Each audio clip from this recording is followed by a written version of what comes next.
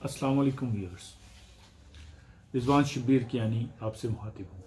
آپ اس چینل کو سبسکرائب کریں اور اس میں پوسٹ کی گئی ویڈیوز کو لائک اور شیئر کریں تاکہ زیادہ سے زیادہ لوگ اس سے مستفید ہو سکیں۔ اسلام ایک مکمل ضابطۂ حیات ہے، اسی لیے اسلام جائز نفسانی خواہشات کی تکمیل اور افزائش نسل کے لیے ایک مکمل اور بغیر کسی نقص کے خانگی قانون اپنے ماننے والوں پر نافذ کرتا ہے۔ آج کی ویڈیو میں آپ کو یہ بتاؤں گا کہ شریعت اور پاکستان کے قانون کے مطابق نکاح کیسے کیا جا سکتا ہے اور ایک جائز اور ویلڈ نکاح کی کیا کنڈیشنز ہیں۔ سب سے پہلے سوال یہ ہے کہ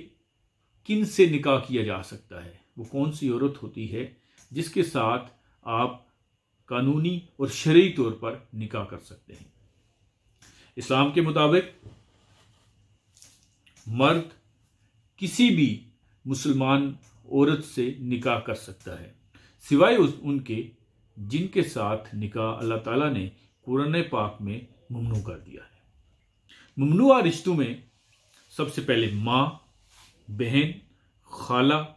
پھوپھی، سوتیلی ماں، رضائی بہن یعنی جس نے آپ کے ساتھ ماں کا دودھ شیئر کیا ہے، بیٹی،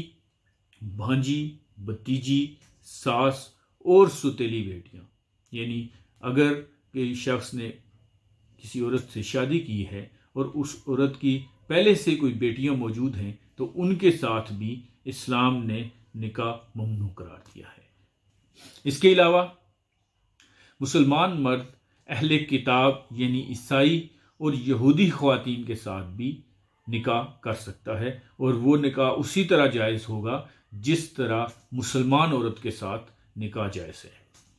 جبکہ مسلمان عورت صرف اور صرف مسلمان مرد کے ساتھ نکاح کر سکتی ہے اور کسی بھی غیر مسلم یا اہل کتاب کے ساتھ مسلمان عورت کا نکاح حرام ہے۔ شریعت اور قانون کے مطابق ایک جائز نکاح کی 3 شرائط ہیں۔ سب سے پہلی شرط حجاب و قبول ہے، یعنی دونوں مرد اور عورت ایک دوسرے سے شادی کرنے کے لیے رضامند ہوں اور ایک فریق دوسرے فریق کو شادی کی دعوت دے اور دوسرا فریق یعنی کہ مرد یا عورت اس دعوت کو اور اس آفر کو قبول کر لے۔ یہ پہلی شرط ہے۔ دوسری شرط جس کے بغیر کوئی جائز نکاح نہیں ہو سکتا وہ حق مہر ہے۔ حق مہر کم یا زیادہ ہو سکتا ہے، لیکن حق مہر کا مقرر کیا جانا اور ادا کرنا ضروری ہے،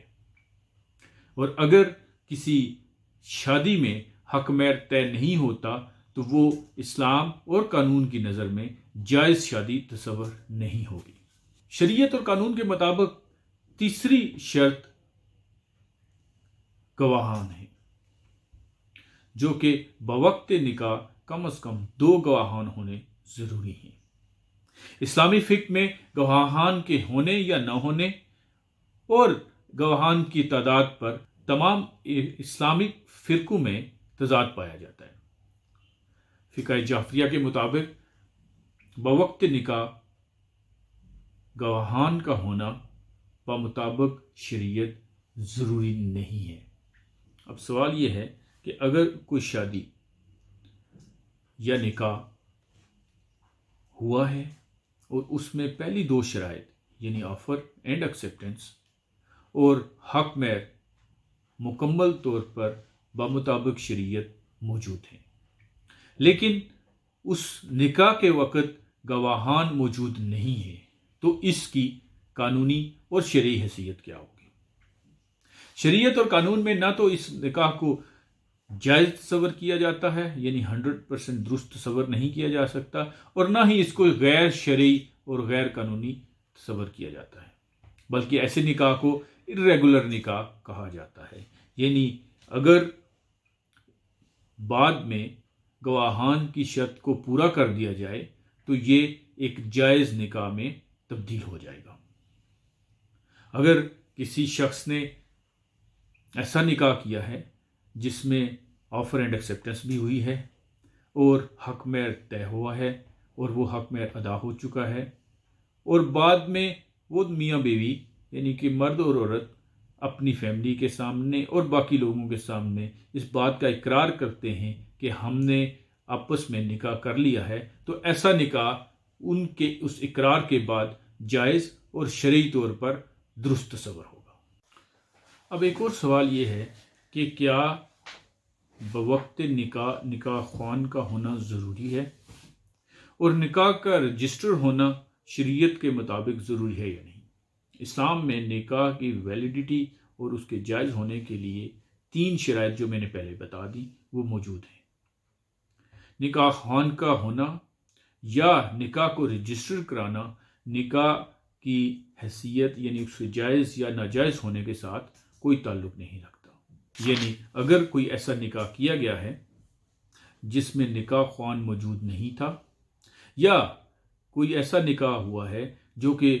یونین کونسل میں رجسٹر نہیں کیا گیا، تو ایسا نکاح شریعت کے مطابق بالکل جائز ہے۔ ہاں، البتہ اسلام ہمیں اپنے ملک کے قوانین کو منوعاً تسلیم کرنے اور ان پر عمل کرنے کی تلقین کرتا ہے، لہٰذا نکاح کو بمطابق قانون رجسٹر کرانا ضروری ہے۔ اس کے علاوہ ایک اور سوال جو اکثر لوگ پوچھتے ہیں وہ یہ ہے کہ کیا بغیر آربیٹریشن کونسل کی اجازت کے دوسری شادی کرنا یا دوسرا نکاح کرنا جائز ہے یا نہیں؟ تو بمطابق شریعت دوسرا نکاح کرنا بغیر ثالثی کونسل کی اجازت کے بالکل جائز ہے، البتہ ملکی قوانین کے مطابق بغیر اجازت دوسری شادی نہیں کی جا سکتی، اور اگر کوئی شخص ثالثی کونسل کی اجازت کے بغیر دوسری شادی کرتا ہے تو دفعہ 6 مسلم فیملی لا آرڈیننس 1961 کے تحت اس کو 1 سال تک کی قید یا جرمانے کی سزا سنائی جا سکتی ہے۔